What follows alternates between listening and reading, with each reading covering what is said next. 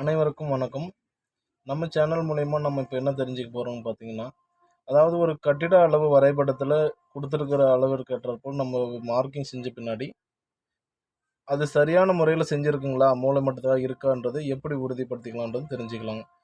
உதாரணத்துக்கு ஒரு குடுத்திருக்கிற அளவுக்கு ஏற்ற மாரி நம்ம மார்க் பண்ணிட்டோம்னு வச்சுக்கோங்க. 4 மூலைக்கும். 4 மூலைக்கு மார்க் பண்ணிட்டும்போது பார்த்தீங்கன்னா, ஒரு மூலை ஒரு நுனியிலிருந்து 3 அடி அளவிற்கு ஒரு மார்க் பண்ணிக்கணுங்க. இது போன்று இன்னொரு நுனியிலேருந்து இன்னொரு பக்கத்தில் அளவு செக் பண்ணுவோம். இங்கே 4 அடிக்கு இங்கே ஒரு மார்க் பண்ணிக்கணுங்க. இந்த 2 மையப்புள்ளியும் இந்த குறுக்கா அளவு எடுக்கும்போது பார்த்தீங்கன்னா 5 அடி வரணுங்க. இப்படி 5 அடி வந்ததுங்கன்னா நாம் இப்போ செஞ்சுருக்கிற மார்க் சரியாக இருக்குது அப்படின்லாங்க. அதுபோல் இந்த 2 மூலையும் செக் பண்ணும்போது பார்த்தீங்கன்னா ஒரே அளவு வருங்க. அப்படி ஒரே அளவு வந்ததுன்னா இது மூலை மட்டத்துக்காக இருக்குது அப்படின்றது அர்த்தங்க.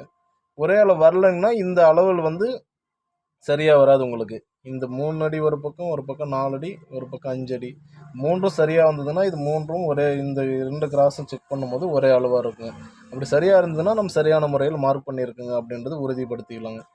இதே போன்று இந்த 3 அடி பார்த்தீங்கன்னா, எல்லா இடத்துக்கும் பொருந்துமான்னு பார்த்தீங்கன்னா, பொருந்துங்க.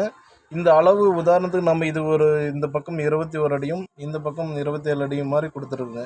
இதுவே கொஞ்சம் நீளமான அளவு எப்படின்னு கேட்டிங்கன்னா, ஒரு குடோன் பண்ணுறாங்க பார்த்தீங்கன்னா, ஒரு 200 அடி, 300 அடி அப்படின்னும்போது பார்த்தீங்கன்னா, இதை நம்ம 3 மீட்டரா போட்டுடணுங்க. இது 3 மீட்டர் ஆகும். இந்த பக்கம் 4 மீட்டர் ஆகும். நம்ம மார்க் பண்ணிக்கணுங்க. இது முதல்ல எப்படி பண்ணாலும் அதே மாரி 4 மீட்டரா மார்க் பண்ணும்போது, இதே அளவு எடுக்கும்போது பார்த்தீங்கன்னா, இது 5 மீட்டரா வரணுங்க நமக்கு. 5 மீட்டரா வந்துச்சுன்னா, அப்போ இந்த மூலை கிராஸ் அளவு செக் பண்ணும்போது ஒரே சரியா வருங்க.